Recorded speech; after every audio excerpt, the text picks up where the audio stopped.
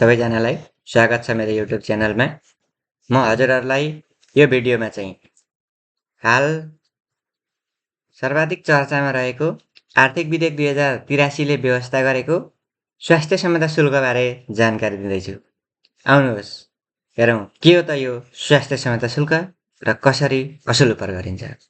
आर्थिक विधेयक 2083को दफा 17मा व्यवस्था भएको स्वास्थ्य सम्झौता शुल्क चाहिँ निजी क्षेत्रबाट सञ्चालित स्वास्थ्य सेवा प्रदायकले बिरामीबाट असुल गर्ने सबै प्रकारका सेवा शुल्कमा अनुसूची 8 बमोजिम स्वास्थ्य शुल्क लगाई असुल गरिनेछ। यस्तो शुल्क गुणस्तरीय स्वास्थ्य सेवामा पहुँच र स्वास्थ्य सम्बन्धी पूर्वाधार निर्माणमा खर्च गरिनेछ। यो साउन 2083 साउनदेखि लागू हुनेछ भनेको छ। भने चाहिँ के बता भन्दाखेरि स्वास्थ्य सम्बद्ध शुल्क चाहिँ निजी क्षेत्रबाट सञ्चालित स्वास्थ्य संस्थाले बिरामीबाट असुल गर्ने शुल्कमा चाहिँ शुल्कसँगै असुल गर्नुपर्ने भयो र यो असुल गरेको शुल्क चाहिँ राज्यले के गर्नेछ त भन्दाखेरि गुणस्तरीय स्वास्थ्य सेवामा पहुँच वृद्धिका लागि खर्च गर्नेछ भनेछ। अब यसको कार्यविधि कस्तो हुने म हजुरहरूलाई विस्तृत जानकारी दिँदैछु, हेर्नुहोला। तपाईँहरूले स्क्रिनमा पनि देख्न सक्नुहुन्छ। अब यहाँ हेरौँ के भनेको छ भन्दाखेरि स्वास्थ्य सम्बद्ध शुल्क निजी क्षेत्रबाट सञ्चालित स्वास्थ्य सेवा सञ्चालन गर्ने व्यक्तिले बिरामीबाट असुल गर्ने सबै प्रकारका सेवा शुल्कमा 3% दरले स्वास्थ्य सेवा शुल्क लगाई असुल गरिनेछ भनेपछि कति लाग्यो 3%। केमा सङ्कलन गर्ने शुल्कमा 100 रुपियाँ शुल्क लाग्थ्यो भने 3% यो स्वास्थ्य सम्बद्ध शुल्क सहित 103 रुपियाँ भयो। अब यसरी उपदफा 1 बमोजिम स्वास्थ्य सम्बद्ध शुल्क त्यस्तो सेवा प्रदान गर्ने व्यक्ति संस्था वा निकायले बिजक जारी गरी असुल जति बेला उसले बिल जारी गर्छ त्यति बेलै असुल गर्छ। यसरी स्वास्थ्य सम्बद्ध शुल्क असुल गर्ने व्यक्ति संस्था वा निकायले असुल गरेको रकम र सोको विवरण चौमासिक रूपमा चाहिँ चौमासिक अवधि समाप्त भएको 25 दिनभित्र सम्बन्धित अन्तर्राष्ट्रिय कार्यालयमा बुझाउनुपर्छ, दाखिला गर्नुपर्छ। भनेको साउन भदौ असोज कार्तिक 4 महिनामा सङ्कलन गरेको स्वास्थ्य सम्बद्ध शुल्कको विवरण चाहिँ मङ्सिर 25 गतेभित्र सम्बन्धित अन्तर्राष्ट्रिय कार्यालयमा विवरण पनि र शुल्क पनि दाखिला गर्नुपर्छ। यसरी दाखिला नगरेको पाइएमा कर अधिकृतले त्यस्तो शुल्क निर्धारण गर्न सक्छन्।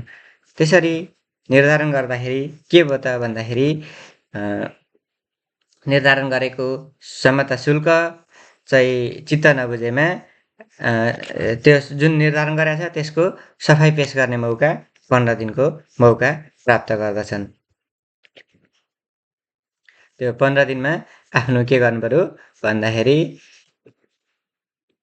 जवाफ पेश गर्नु पर्यो।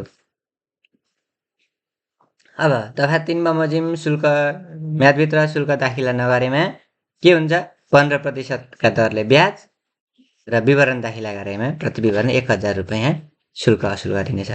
भनेको जब साउन भदौ असोज कार्तिकको विवरण मङ्सिर 25 गतेभित्र पेश गर्नु पर्थ्यो, पेश गरिएन, म्याद नगयो भने एकचोटि एक चौमासिक बराबर 1000 रुपियाँ शुल्क लाग्छ र आफूले सङ्कलन गरेको जुन सम्बद्ध शुल्क छ त्यसको 15%ले वार्षिक ब्याज पनि लाग्छ।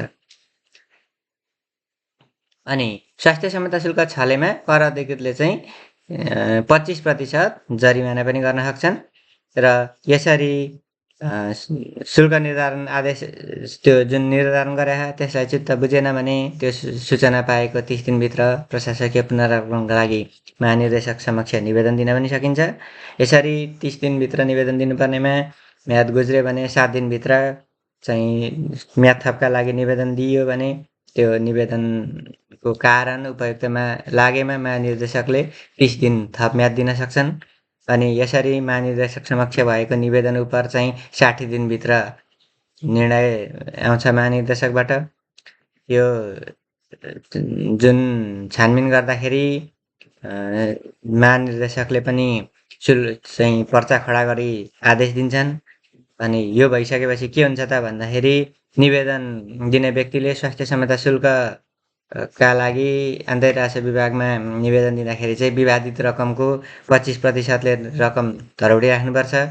यो धरौटी चाहिँ के हुन्छ भन्दाखेरि पछि अन्तर्राष्ट्रिय विभागमा चाहिँ यो शुल्क असुल गर्नु नपर्ने ठहरेमा चाहिँ यो धरौटी फिर्ता हुन्छ। अब अर्को के छ भन्दाखेरि अन्तर्राष्ट्रिय विभागका महानिर्देशकले निर्णय गरेमा त्यस्तो नगरेमा चाहिँ म्यादभित्र 60 दिनभित्र नगरेमा त्यसरी म्याद नागेपछि अथवा उहाँले गरेको निर्णय चित्त नबुझेमा चाहिँ 35 दिनभित्र आन्तरिक तपाईँले राजस्व न्यायाधिकरणमा पुनरावेदन दिन सक्नुहुन्छ। राजस्व न्यायाधिकरणमा पुनरावेदन दिन सक्ने पनि व्यवस्था छ। अनि प्रशासकीय पुनर्लोकनको निवेदन दिने व्यक्तिले 1 प्रति 15 दिनभित्र अन्तर्राष्ट्रिय राजस्व कार्यालयमा दाखिला गराउनुपर्छ।